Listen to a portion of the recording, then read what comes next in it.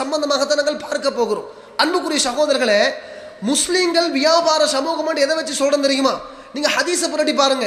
நபிகள் நாயகம் ஸல்லல்லாஹு அலைஹி வஸல்லம் அவர்களுடைய காலத்துல ஒன்றாக வாழ்ந்த சஹாபாக்கள்ல பரா இப்னு ஆசிப் ரலியல்லாஹு அவர்களும் ஸைத் இப்னு அர்கம் ரலியல்லாஹு அவங்களும் ரெண்டு பேரும் என்ன சொல்றாங்க தெரியுமா? குன்னா தாஜிரீன் அலா அஹ்தி ரசூலில்லாஹ், நாங்க நபியுடைய காலத்தில் பிசினஸ் பண்ணக்கூடியவர்களாக இருந்தோம் அப்படின்றாங்க. அதே நேரத்தில் கதாதா ரஹிமஹுல்லாஹ் அவங்க புகாரியில பதிவு செய்யப்பட்டிருக்கக்கூடிய செய்தி, கானல் கௌமு யத்தஜிரூன், கதாதான்னு சொல்லக்கூடிய தாபிஈ அவர் நபிகளாரை காணவில்லை, நபிகளாரோடு ஒன்றாக வாழவில்லை. ஆனால் நபிகளாரை நேரடியாக கண்டு இஸ்லாத்தை ஏற்று நபிகளாரோடு ஒன்றாக வாழ்ந்த சஹாபா சமூகத்தோடு ஒன்றாக வாழ்ந்தவர். அவர் என்ன சொல்றார் தெரியுமா? கானல் கௌமு யத்தஜிரூன், இந்த சஹாபா சமூகம் வியாபாரம் பண்ணக்கூடியவர்களாக இருந்தார்கள் அப்படின்றாங்க. அப்ப சில சஹாபாக்கள் நேரடியாகவே சொல்றாங்க, நாங்க ரசூலுல்லாஹ்வுடைய காலத்துல பிசினஸ் பண்ணினோம்.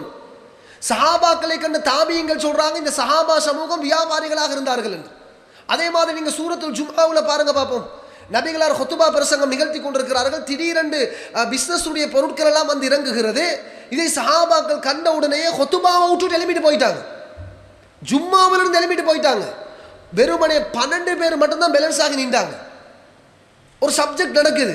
அப்பதான் அல்லாஹ் தஆலா குர்ஆன் வசனம் இறக்குறான். எப்படி?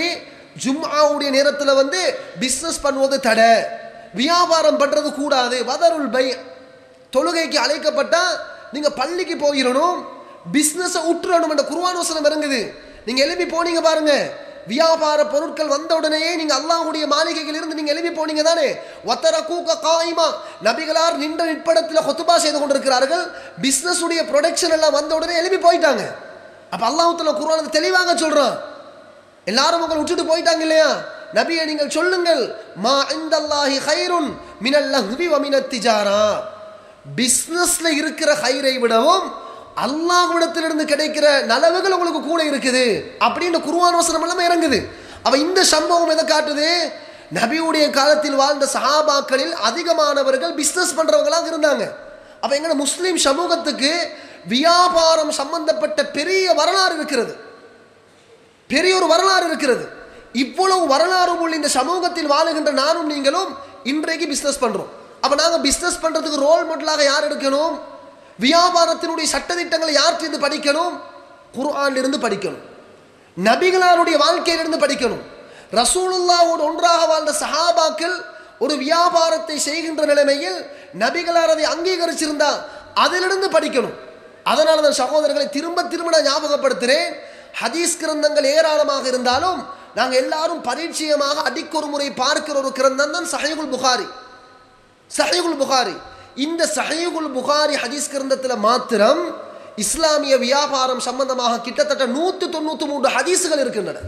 எத்தனை ஹதீஸுகள்? 193 ஹதீஸுகள் பிசினஸ் சம்பந்தமாக இருக்குது. ஆனா நாங்கள் இன்னைக்கு பெரிய வியாபாரிகள், எங்களுக்கு எத்தனை ஹதீஸ் தெரியும்?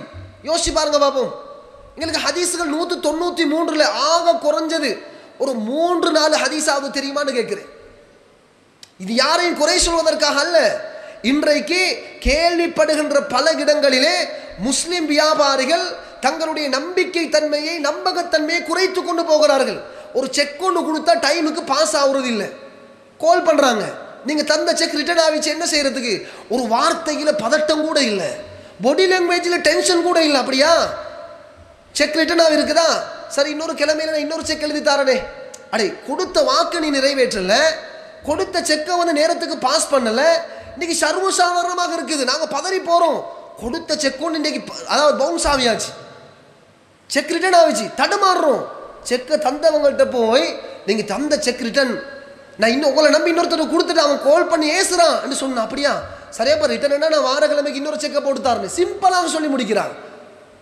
நம்பகத்தன்மைக்கு உதாரணமாக எங்களுக்கு முன்னோர்கள் நிறைய பேர் இஸ்லாமிய வியாபாரம் எப்படி என்று காட்டி தந்திருக்கிறார்கள். இது எல்லாத்தையும் ஒரு பக்கமாக வைத்துவிட்டு பஜார் போற போக்கில் நாங்களும் போக தொடங்கினோம். சகோதரர்களே, ஒரு விஷயத்தை நம்ம மிக கவனமாக இருக்கணும். எங்களோட வியாபாரத்தில் எல்லாம் பரக்கத்தை தரமாட்டான். எங்களை பற்றி நம்பிக்கை சமூகத்தை விட்டு இல்லாமல் போகணும்னு வைங்க. இன்னைக்கு நாங்கள் சந்தோஷப்படுறோம், இலங்கையில் முஸ்லீம்கள் 20 லட்சம் பேர் வாழ்றாங்கன்னா பெர்சன்டேஜ் படி பார்த்தீங்கன்னா மாற்று மத சகோதரர்களை விடவும் வியாபாரத்தில் முன்னணியில் நம்ம தான் இருக்கிறோம். நம்ம இலக்கத்தில் குறைவாக இருந்தாலும் பெர்சன்டேஜ் படி பார்த்தா நம்ம தான் ஃபர்ஸ்ட்டுக்கு இருக்கிறோம்.